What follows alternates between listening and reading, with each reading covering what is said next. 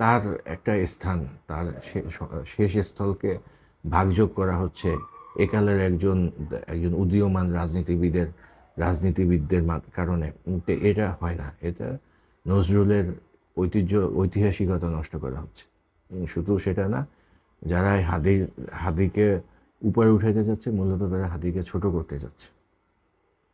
আরেকটা পোস্টে দেখলাম বলা হচ্ছে যে হাদির কারণে শাহবাগের নাম বদলে ওসমান হাদি চত্বর করা হবে।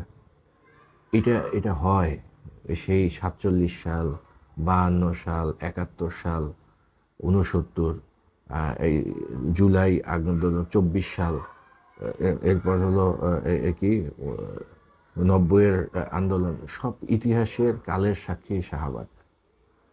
কত ঘটনা ঘটছে এই শাহবাগকে কেন্দ্র করে, অথচ আজকে হাদির কাছে সেটা ম্লান হয়ে যাচ্ছে। ইতিহাস এভাবে মুছে ফেলা যায়?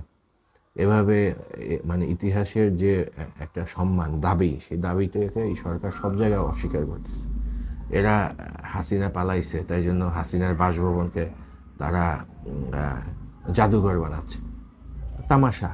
রাষ্ট্রের হাজার হাজার কোটি টাকার সম্পদ, এইটাকে তারা জাদুঘর বানাচ্ছে। হাসিনা গেছে, হাসিনার বদলে আবার নতুন আরেকজন আসবে, সে স্বৈরাচার হবে, তারা এইভাবে মানুষ হটাবে।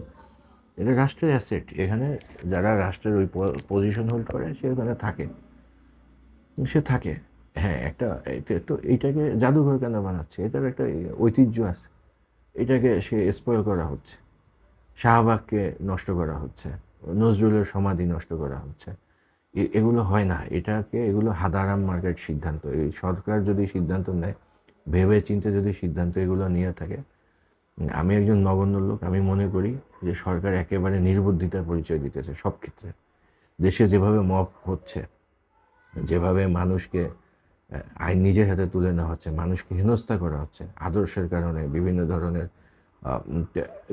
এগুলো হয় না। বিভিন্ন ধরনের মানে একে উৎসাহ দেওয়া হচ্ছে, মানুষের ভিতরে উৎসাহ দেওয়া হচ্ছে যে কে কার ব্যাপারে ছোটো করো। এটা হয় না, এটা হওয়া উচিত না। মানুষের আইন এভাবে নিজের হাতে তুলে দেওয়ার ক্ষেত্রে সরকার এভাবে উৎসাহ দিতে পারে না। এক হাদিকে কেন্দ্র করে আগুন দেওয়া হয়েছে, ছায়ানটে আগুন দিচ্ছে, প্রথম আলোতে দিচ্ছে, বিভিন্ন জায়গায় বিভিন্ন বাড়িঘরে হামলা করতেছে। এগুলো সম্পূর্ণ বেআইনি। একটা সরকার যদি বিপ্লবী সরকারও হয়, সে সরকারকেও সহনীয় চরিত্র আচরণ করতে হবে, দেশের জনগণের প্রতি তাদের কমিটমেন্ট প্রকাশ করতে হবে। এখানে আমরা কি দেখতেছি? শাহবাগের নাম বদল হচ্ছে, জাতীয় কবির মাজারে ভাগ বসানো হচ্ছে, মানুষকে মারো, কাটো, আগুন দাও, পানি ছিটাও, এই কাজগুলো হচ্ছে। এভাবে